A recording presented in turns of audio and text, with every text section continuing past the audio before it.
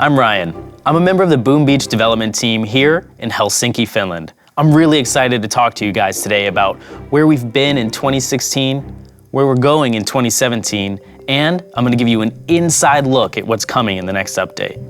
So, without further ado, let's get started.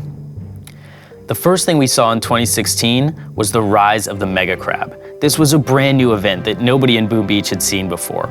Players from across the world loved it, not only for the huge amount of loot, but also for the high competitive aspect of it. Next, in 2016, the first update contained HQ 22, statue storage, ranks, and supply chests. This was a huge update, especially for the highest level players.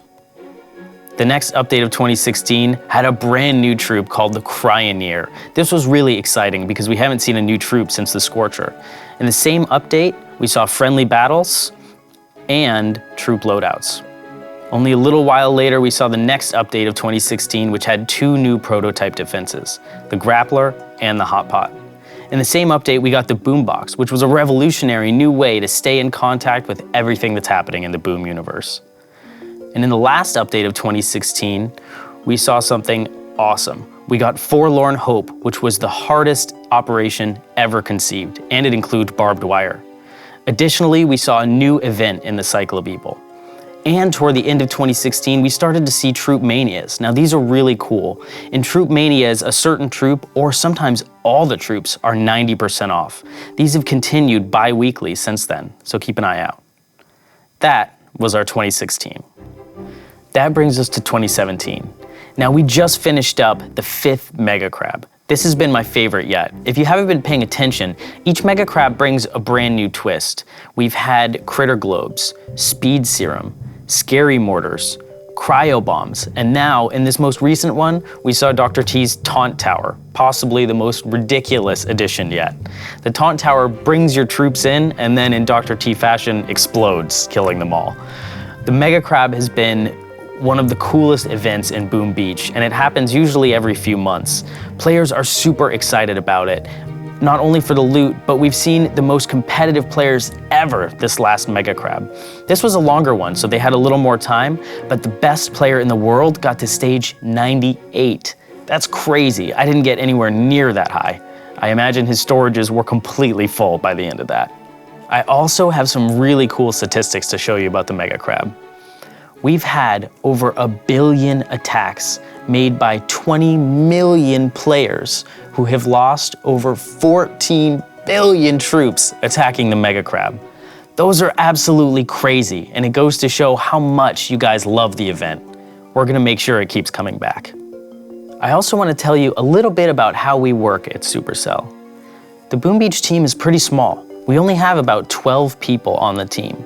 Many other games would have way more. Now this is really nice because it means that if there's an idea or a bug or something really cool we want to add into the game, we can just swivel our chair around and the whole team is right there, right next to each other.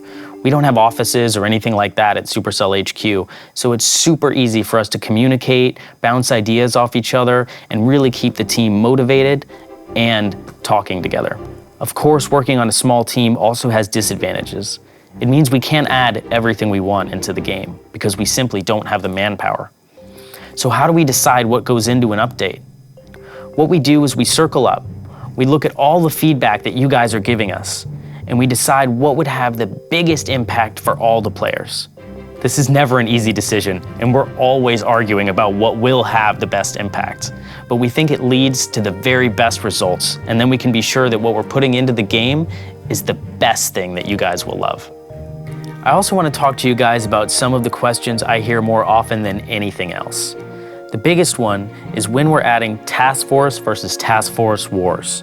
Now I see this all the time on the forums, on Reddit, and on Facebook. Now, believe it or not, this is a big feature. It's something that would take a lot of development time from the team. If we wanted to devote that much time to a feature, it means we're not spending time on things like new troops, new operation maps, new NPC bases, or new events like the Mega Crab. So if we want to devote all of this time to a new feature, we have to be sure that it will be awesome. Now we know all of you guys have been asking for this for a long time, so of course, we built prototypes. We even built paper prototypes. We've talked to the Clash team about ideas on how to make it work. But after all this, we haven't found the right way to do it.